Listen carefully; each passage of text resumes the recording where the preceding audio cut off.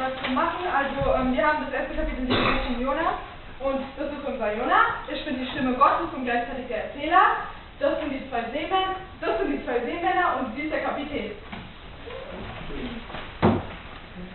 Macht dich auf den Weg und geh nach Ninive, in die große Stadt, und hol ihr das Strafgericht an. Denn die Kunde von ihrer Schlechtigkeit ist bis zu mir heraufgedrungen. Ach nein, ich gehe lieber nach Tarsis. Hier kann ich mit an Bord. Ja, klar.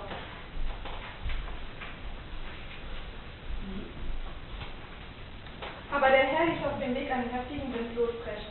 Es entstand ein gewaltiger Seesturm und das Schiff drohte aufeinander zu brechen. Die Seeleute bekamen Angst und schrien zu seinem Gott um Hilfe.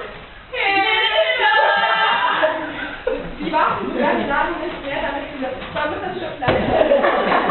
Jona war in den untersten Raum des Schiffes hinabgestiegen, hatte sich hingelegt und schlief fest. Der Kapitän ging zu ihm. Wie kannst du schlafen?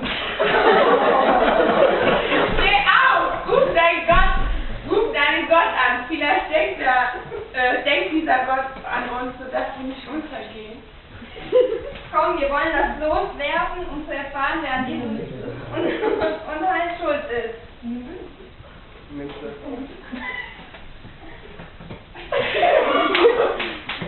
Sie warfen das Los und es fiel auf Jona. Sag uns, was treibt dich für ein Gewerbe?